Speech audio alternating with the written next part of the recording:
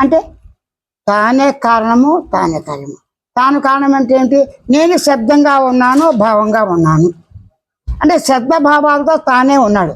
శబ్దం వచ్చే భావం వచ్చిందా, భావం వచ్చే శబ్దం వచ్చిందంటే నేను శబ్దంలో భావం ఉంది, ఉన్నాను శబ్దంలో భావం శబ్దం ఉంది. నేను ఇల్లు కట్టుకున్నాను, నేను అంటే నేను అనుకునేవాడే, ఇల్లు అంటే ఒక గృహాన్ని కట్టుకున్నాను. ఇల్లు అంటే భావం ఏంటి? నేను నివసించే భావం ఉంది. అరే ఇంట్లో ప్రవేశించాను, ఇవాళ ఇంట్లో మనం పాలు పొంగించుకుంటున్నాం, ఇది కట్టుకున్న ఇల్లు, మొదటిసారి ప్రతి అందరికీ కూడా ప్రశాంతంగా గృహప్రవేశం చేద్దాం, ఇవన్నీ తెలుసుకుని చెప్తున్నాడుగా. కాబట్టి నేను శబ్దంలోనే భావం శబ్దం రెండు అవిచ్ఛిన్నంగా విడగొడతాను కానీ కలపటాన్ని లేకుండా అవిభాజ్యంగా అవిభక్తంగా సహజంగా అనుభూతిగా ఉన్నాయి. కాబట్టి స్వయంగా గమనించే లక్ష్యము, గుర్తించే లక్ష్యము, తెలిసే లక్ష్యము, భావించే లక్ష్యం, శబ్ద లక్ష్యంతో స్వయంగా ఉన్నాను అనుభవానుభూతిగా అన్న దానిలోనే అన్నీ వచ్చేసినాయి. ఈ లక్షణాలు లేకుండా ఏమీ చేయలేము. అప్పుడు సమస్య దేనికి? స్పృహ. స్పృహ అంటే ఏంటి? Awareness, conscious.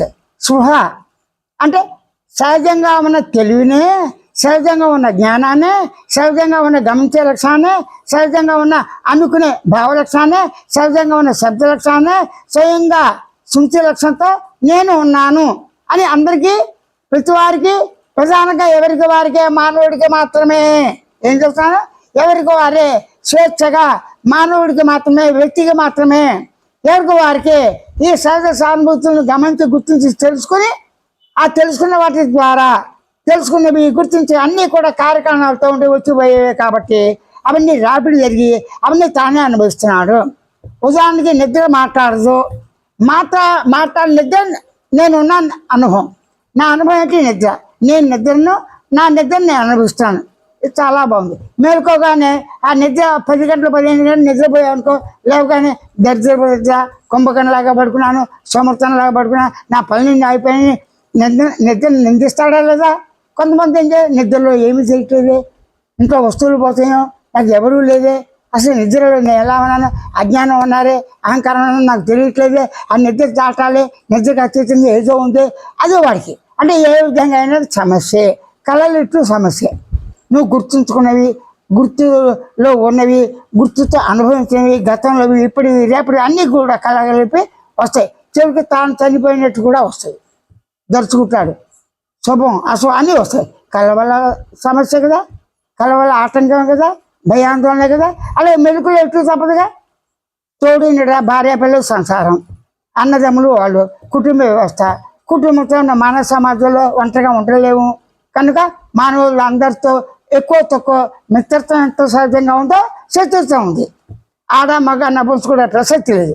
అలాగే చెట్లలో సహా ఉంది. ఓ చెట్లు కొన్ని ఉంటాయి, అనుకోకుండా అక్కడ లేచి కుక్క గొడుగులు అంటారు, కొన్ని గొడుగులు లాంటివి కొన్ని అయితే దాన్ని అపశకునం ఉంటారు.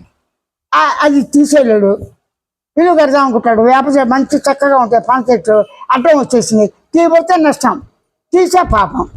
కాబట్టి సంశయం. కాబట్టి తనకు తానే సహజంగా సమస్యలు లక్షణాలే గుణాలు. రాగద్వేషాలు కావచ్చు, స్వప్నం కావచ్చు, నిద్ర కావచ్చు, కామక్రోధాలు కావచ్చు, గుణాలు కావచ్చు, సృష్టి కావచ్చు, సృష్టికర్త. ఎన్నాళ్ళు తప్ప చేసినా భగవంతుడు సాకారంగా దర్శనం లేదు. 6 నెలలు దర్శనటువంటి జీవుడికి దర్శనం ఇచ్చాడు. రాగద్వేషాలు గురైతే భక్తులు రాగద్వేషాలు పోటీ, ఒకరి గురించి పోల్చుకుని చెప్పేదాల ప్రతిదీ సమస్య.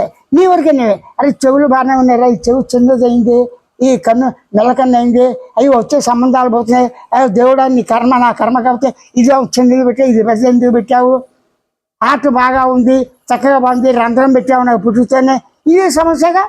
తింటాడు అందరితో పాటు, నీకు జీర్ణం కాదు, చిన్నప్పుడు తిన్నా పెరుగుతున్నాడు, దాంతో సమస్య. వాడు తింటున్నాడు బాధ, దాంతో ఇరిటేషన్. ఇది ఈ విధంగా సమస్య నీవు, పరిష్కారము నీవే.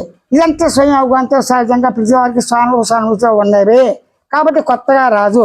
కాబట్టి ఉన్న వాటిని నాశనం చేయటం అనేది లేదు. కాబట్టి సమస్యకు పరిష్కారం లేదు అని మాత్రమే నిర్గుణ చైతన్యం గుర్తించి గమనించి విజ్ఞప్తి చేస్తున్నాడు.